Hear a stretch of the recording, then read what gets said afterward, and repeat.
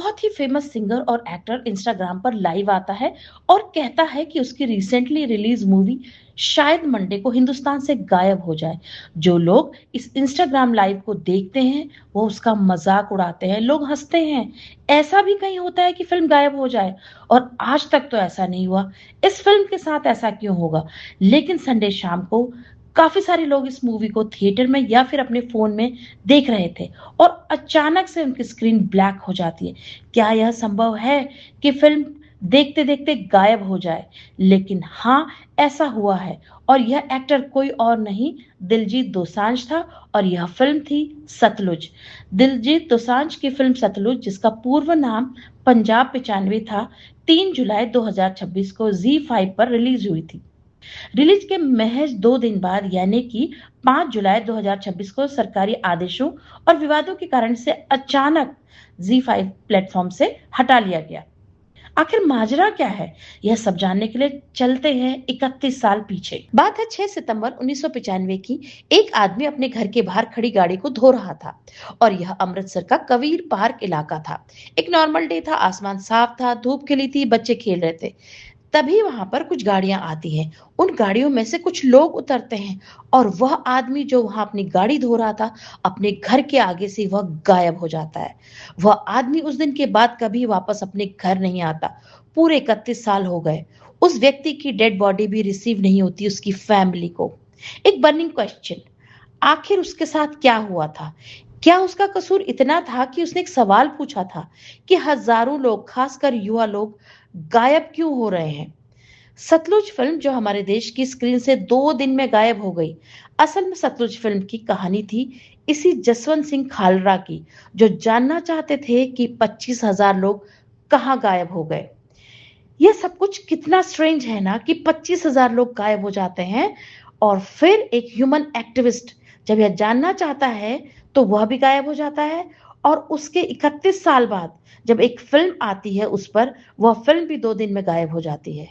क्या वाकई में 25,000 लोग गायब हुए थे या सिर्फ ये एक प्रोपेगेंडा है? आखिर ये लोग कौन थे? उन्हें क्यों गायब किया गया?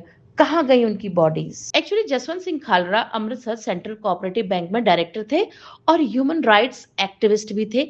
एक दिन जब उनके दोस्त और साथ काम करने वाले प्यारा सिंह लापता हुए तो उसकी खोज में वह शमशान घाट तक पहुंच गए। वहां जसवंत सिंह को पता चलता है कि वहां बड़ी संख्या में डेड बॉडीज को लावारिस बताकर अंतिम संस्कार किया जा रहा है। वह खुद ही उसका इन्वेस्टिगेशन करते हैं तो फेक एनकाउंटर की बात सामने आती है। दैनिक भास्कर के मुताबिक जसवंत सिंह ने साल 1995 में जेएस ढिल्लों के साथ मिलकर एक प्रेस नोट तैयार किया था, जिसमें बताया था कि पुलिस डेड बॉडीज को शमशान घाटों पर ले जाती है और वहां उन्हें लावारिस बताकर अंतिम संस्कार करवा दिया जाता है। इस प्रेस नोट में उन्होंने बताया कि कैसे कई गांवों से ढेरों लावारिस बॉडीज लाई गई।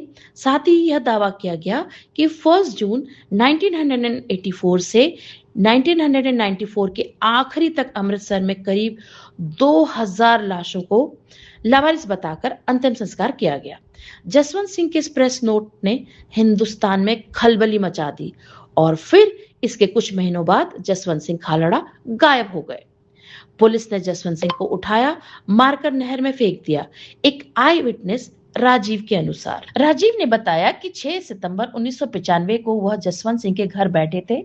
जसवंत बाहर कार धो रहे थे और एक पत्रकार का इंतजार कर रहे थे। वो सभी एक शमशान घाट जाने वाले थे, पर तभी पंजाब पुलिस के 2 डीएसपी, 3 इंस्पेक्टर अपने साथ 3-4 लोगों को लेकर वहां पहुंचे और जसवंत सिंह को उठाकर ले गए। राजीव ने बताया कि उस वाक्य के करीब 1.5 महीने बाद पुलिस ने जसवंत को गोली मारी और उसकी बॉडी को नहर में फेंक दिया, यानी कि उनका भी एनकाउंटर कर दिया गया था। बाद में इस मामले की सीबीआई जांच की गई थी, जिसमें राजीव ने गवाही दी और पंजाब में स्पेशल पुलिस अफसर रहे कुलदीप ने भी गवाही दी, जिनके सामने जसवंत सिंह को गोली मारकर उनकी बॉडी को फेंका गया था। कुलदीप ने बताया कि जसवंत को मारने से पहले बुरी तरीके से टॉर्चर किया गया था। जांच में बाद में सीबीआई ने चार्जशीट फाइल की और उसमें माना कि पुलिस ने ही जसवंत सिंह खालड़ा को किडनैप किया और मारा था। इस मामले में दोषी ठहराए गए प्रमुख अधिकारियों में अजीत सिंह संधू एसएसपी, जसपाल सिंह डीएसपी, सतनाम सिंह, सुरिंदर पाल सिंह, जसबीर सिंह और पृथ्वीपाल सिंह जैसे नाम शामिल हैं। अजीत सिंह संधू एसएसपी तरनतारन थे। उन्होंने 1997 में मुकदमे के दौरान कथित रूप से रेलगाड़ी के सामने कूदकर आत्महत्या कर ली थी, इसलिए उन पर मुकदमा पूरा नहीं हो सका। इस मामले में जहां 4 पुलिस अफसरों को उम्र कैद की सजा सुनाई गई, वहीं अन्य आरोपियों को 7-7 साल की जेल की सजा सुनाई गई थी। जसवंत सिंह खालड़ा का परिवार भारत की आजादी के लिए लड़ा था। जसवंत सिंह के दादा हरनाम सिंह खालड़ा को अंग्रेजों ने 10 साल तक हाउस अरेस्ट रखने के बाद फांसी की सजा दे दी थी। वहीं जसवंत के पिता करतार सिंह भारत छोड़ो आंदोलन का हिस्सा रहे थे। अब सवाल ये है कि फिल्म को बैन क्यों किया गया या इस फिल्म को गायब क्यों किया गया। असल में यह फिल्म 3-4 साल से कंट्रोवर्सी में ही है। पहले इस फिल्म का नाम था गल्लूघारा, जिसका मतलब है खून खराबा। फिर इसका नाम हुआ पंजाब 95 और अब सतलुज। रिपोर्ट्स के मुताबिक भारत के केंद्रीय फिल्म प्रमाणन बोर्ड सीबीएफसी ने फिल्म पर कई आपत्तियां जताई और बड़ी संख्या में कट, यानी कि कुछ रिपोर्ट्स में तो यहाँ तक कहा गया है कि 100 से 150 तक कट लगाने का सुझाव दिया था।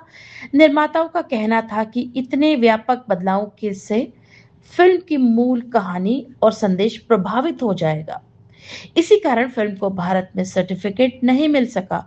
फाइनली उन्होंने बिना सर्टिफिकेट के ही इसे रिलीज कर दिया था ZEE5 पर, और यही कारण है इस फिल्म को अचानक से हटाने का। आप इस बारे में क्या सोचते हैं? क्या यह सही था? कमेंट करके जरूर बताएं। इस फिल्म की मेकिंग को लेकर लोगों को बहुत सारे ऑब्जेक्शंस हैं, जैसे कि जब इसमें मुख्यमंत्री की मृत्यु को दिखाया गया है तो बैकग्राउंड में एक हैप्पी नोट वाला म्यूजिक बज रहा है। सोशल मीडिया पर लोगों ने अपना विरोध जताया है कि यह कोई फिक्शनल मूवी नहीं है, यह रियलिटी है, तो किसी की मौत पर एक रिजॉइसिंग म्यूजिक नहीं बजना चाहिए। एक और पॉइंट है जहां पर लोगों को ऑब्जेक्शन है, वो ये है कि इसमें खालिस्तानियों द्वारा किया गया हर एक्ट को सही ठहराया गया है, जो कि बहुत गलत है। इस चीज को लेकर भी लोग सोशल मीडिया पर अपना विरोध जता रहे हैं कि यह एक बहुत ही गलत नैरेटिव है। कई लोगों ने इस बात पर विरोध जताया है कि सुपर कॉप केपीएस गिल, जो कि एक लेजेंडरी पुलिस ऑफिसर है और जिनकी बहुत बड़ी भूमिका रही है पंजाब से आतंकवाद को खत्म करने में, उन्हें इस फिल्म ने विलेन बना दिया है। ये भी बहुत गलत नैरेटिव है। केपीएस गिल वह सुपर कॉप है जिन्होंने पंजाब से आतंकवाद को पूरी तरीके से खत्म किया था, वरना आज भी पंजाब कश्मीर की तरह जल रहा होता। सोशल मीडिया पे कुछ लोगों का यह भी कहना है कि यह फिल्म वन साइडेड है। जितनी भी लावारिश बॉडीज यहाँ प्रेजेंट की गई हैं, कहा जा रहा है कि उनमें से कई लोग विदेश भाग गए थे, डंकी रूट्स के थ्रू दूसरे देशों में जाकर उन्होंने असाइलम ले लिया था और उनके घर वालों ने इस बात को एडमिनिस्ट्रेशन से छुपा के रखा। एक और चीज है जो सोशल मीडिया पे बुद्धिजीवी लोग रख रहे हैं, वो यह है कि अगर इस फिल्म को दिखाया गया तो पंजाब का शांतिपूर्ण माहौल खराब होगा, क्योंकि कई परिवारों ने वाकई में अपनों को खोया था। तो ऐसी फिल्म को दिखाकर क्या फायदा जिससे फिर से अशांति हो जाए। कुछ लोगों ने एक और सीन पर विरोध जताया कि इस फिल्म में दिखाया गया था कि जितने भी लावारिस बॉडीज थी वह सब निर्दोष थी, लेकिन ऐसा नहीं है। कई बार जो उग्रवादी होते हैं वो अपना वेश बदल कर आते हैं, उनके पास कोई आइडेंटिटी नहीं होती है। ऐसे में पुलिस क्या कर सकती है? वो यही तो करेगी कि तेल और लकड़ी का खर्चा देकर शमशान घाट में इन बॉडीज को जला देती थी। इस तरह काफी सारे ऑब्जेक्शंस हैं और भी सोशल मीडिया पे। आपका इस फिल्म के बारे में क्या विचार है, जरूर कमेंट करें।